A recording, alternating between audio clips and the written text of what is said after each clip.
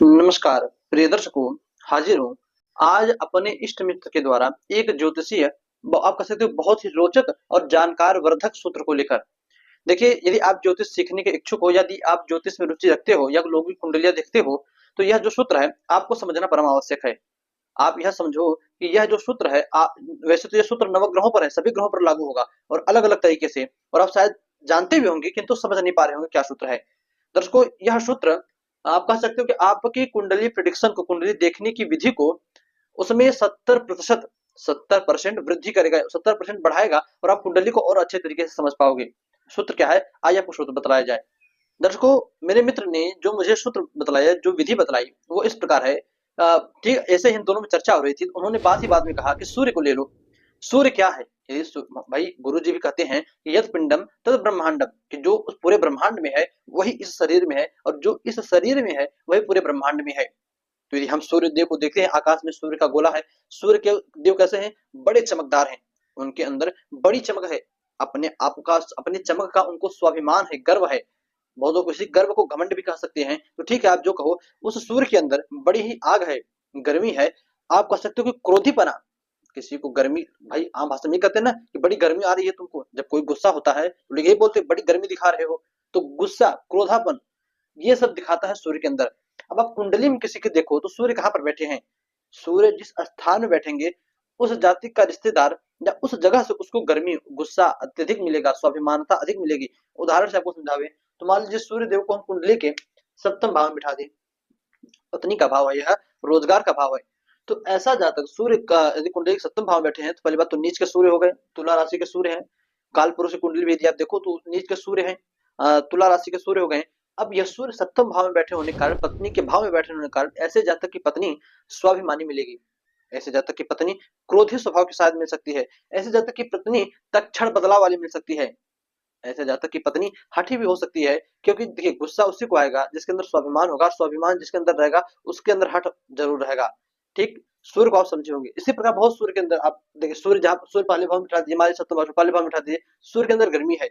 तो गर्मी से व्यक्ति ज्यादा धूप में चलेगा तो क्या हो जाएगा? काला हो जाएगा। तो ऐसा जातक कृष्ण वर्ण का भी हो सकता है, काले रंग का भी हो सकता है। इसी प्रकार आप अन्य भाव में समझ लीजिए। बात करें चंद्रमा की, तो चंद्रमा क्या है? चंद्रमा को शीतलता कहा गया है। चंद्रमा बड़ा ही शीतल ग्रह है, बड़ा ही ठंडा है। हर 15 दिन में बढ़ता रहता है और हर 15 दिन घटता रहता है। तो इसी प्रकार जातक की लाइफ होती है। चंद्रमा जिस भाव में बैठेगा, कभी उस भाव में बहुत वृद्धि आएगी तो कभी उस भाव में कमी आ जाएगी। मान लीजिए हम उदाहरण से आपको समझाएं तो चंद्रमा को हम कुंडली के धन भाव में बिठा दें। धन भाव में बैठे होने के कारण ऐसे जातक के धन में चंद्रमा कभी बहुत उसे कमाएगा तो कभी उसका जो है कोष, जो इनकम होती है, 0/0 हो जाएगी। ऐसा जातक कभी अपने भंडार को, अपनी तिजोरी को बहुत पैसों रुपयों से भर देगा, पूर्णिमा की तरह। चंद्रमा पूर्णिमा में पूरे रूप से उजागर होता है तो अमावस्या में बिल्कुल नहीं दिखाई देता। इसी प्रकार ऐसा जातक कभी अपनी तिजोरी को बहुत भर देता है पैसों से, तो कभी कमाई ही नहीं हो पाती सही ढंग से। मंगल को ले लीजिए। मंगल एक विच्छेदात्मक ग्रह है। मंगल जहां पर बैठता है वहां पर थोड़ा अलगाव ला देता है, थोड़ा वहां उस दूरी से आपको दूर कर देगा। जैसे मंगल को हम मान लीजिए कुंडली के चौथे भाव में बिठला दें। वैसे भी मंगल चौथे भाव के लिए कहा गया है कि मंगल चौथे भाव में बैठे तो ऐसा जातक अपने घर से अलग रहता है। मकान जो उसका होता है किराए का होता है, भाड़े का होता है, या सरकारी आवास होता है। तो दर्शकों, चाहे सरकारी आवास ही क्यों ना हो, चाहे मकान भाड़े का ही क्यों ना हो, आप पैसा दे रहे हो किंतु फिर भी अपना स्वयं का घर तो वो नहीं हुआ। इसी प्रकार मंगल कुंडली के जिस भाव में बैठता है उस भाव से संबंधित प्रभावों में दूरी ला देता है जातक से। चौथे भाव में बैठेगा तो ऐसे जातक को मकान के सुख से दूरी कर देगा। मकान का सुख उसे नहीं, घर का सुख नहीं मिल पाएगा। भले ही रहेगा तो घर में, सरकारी आवास में रह सकता है, भाड़े की आवास में रह सकता है, दोस्त के घर रह सकता है, धर्मशाला में रह सकता है, होटल में रह सकता है, किंतु अपने घर का सुख नहीं मिलता। दर्शकों, इसी प्रकार बुध को ले लीजिए। बुध क्या है? बुद्धि के कारक हैं, विद्या पढ़ाई लिखाई के कारक हैं। बुध जिस भाव में बैठते हैं उस भाव में प्रभाव ज्यादातर शिक्षा वाले लाते हैं। जैसे हम कुंडली में मान लीजिए पंचम भाव में ही बुध को बिठला दें, तो ऐसा जातक काफी ज्यादा पढ़ाई लिखाई में दिलचस्प रहता है। ऐसे जातक अपनी बुद्धि बहुत लगाता है। ऐसे जातक के जो पुत्र होते हैं वो भी पढ़े लिखे होते हैं। बुध को आप कुंडली के किसी भाव में बिठा दीजिए, वहां से तुलना करिए, आपको हर एक रिजल्ट बहुत सटीक मिलेगा। सूर्य चंद्रमा मंगल बुध हो गए। गुरु को ले लीजिए। गुरु क्या है? गुरु ज्ञान के कारक है। गुरु ज्ञान के कारक है। अब मान लीजिए ज्ञान को हम कुंडली के प्रथम भाव में ही बिठा दें, लग्न में ही, जातक के अंदर ही बिठा दें, तो ऐसा जातक कैसा होगा? ज्ञानी होगा ना। दिया जहां पर जलता है ठीक उसी के नीचे अंधेरा होता है। ऐसा जातक ज्ञानी तो होता है, किंतु अपने ज्ञान का सदुपयोग अपने ऊपर नहीं कर पाता। दूसरों को खूब बढ़िया-बढ़िया विधि बतलाएगा, खूब रोचक तथ्य बतलाएगा, दूसरों को खूब ज्ञान देगा, किंतु उस ज्ञान का पालन अपने नहीं कर पाता। बुध के बाद शुक्र को ले लीजिए। शुक्र क्या है? शुक्र बड़े ही लग्जेरियस है। आपको यदि लग्जरी लाइफ जीनी है तो शुक्र को मजबूत करना पड़ेगा। अब शुक्र कुंडली के जिस भाव में बैठे हों, मान लीजिए शुक्र को हम कुंडली के 10वें भाव में बिठा दें, तो ऐसा जातक, अब देखिए शुक्र जहां पर बैठेंगे, ऐसा जातक उस काम को, उस चीज को बड़ी ही सुंदरता से करेगा, बड़ी ही, आप कह सकते हो कि देखने वाले का मन लुभा जाए इस प्रकार उसको सजाएगा। अब कर्म भाव में शुक्र को हमने बिठाया है, तो ऐसा जातक अपने कामों को बड़ी ही सटीकता पूर्वक करता है। कोई उस काम में कोई गलती भी नहीं ढूंढ पाएगा, इतनी सुंदर तरीके से उस कामों को करता है। सजाने का काम हो गया, अब सजाने का काम शुक्र है, तो चाहे उसका काम सजाने का हो, चाहे ऐसा जातक वेब डिजाइनर हो, चाहे ऐसा जातक कोई भी काम करता हो, उस काम, उसके काम में बड़ा ही साफ सुथरापन रहेगा। उसका जो ऑफिस रहेगा, उस ऑफिस में भी बड़ी ही सफाई रहेगी।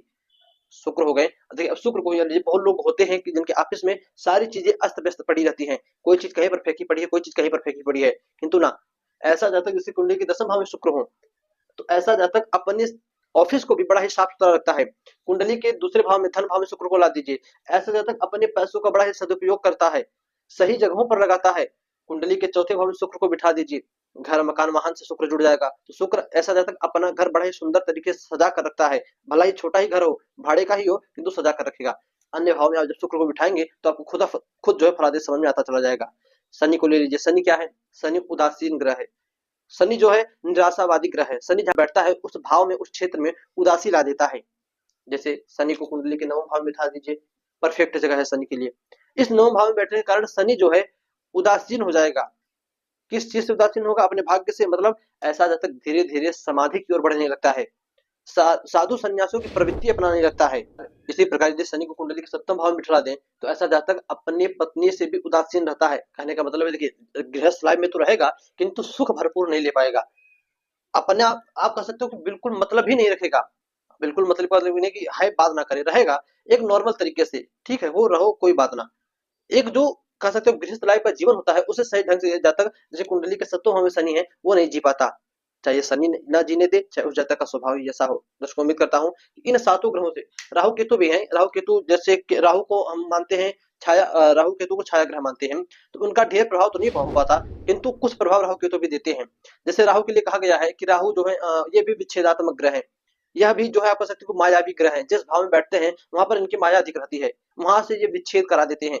केतु के लिए भी अचानक आकस्मिक चीजों का कारक केतु को माना गया है, तो आप केतु को भी मान सकते हो। केतु जहां पर बैठते हैं उस भाव में अचानक वृद्धि कर देते हैं, अथवा उस भाव में अचानक आप कहते हैं न्यूनता ला देते हैं, कमी ला देते हैं। तो आप अन्य ग्रहों को, 9 ग्रहों को कुंडली के हर किसी भाव में बिठलाइए, आपको वहां से कुछ ना कुछ एक अलग फलादेश मिलेगा। तो धन्यवाद करना चाहता हूँ मैं उस मित्र को जिसने मुझे इन सूत्रों को बताया, जिसके कारण आप स्वयं इस सूत्रों को देखो तो आपको जी जरूर कुंडली देखने में बहुत हेल्प मिलेगी। दोस्तों उम्मीद करता हूँ कि आपको ये सूत्र पसंद आए होंगे। ये कार्यक्रम कैसा लगा कमेंट करके अवश्य बताइएगा। तो बस आज के इतना ही, इजाजत दीजिए हमें, पुनः आपसे मुलाकात होगी कल किसी नई वीडियो में नए टॉपिक के साथ।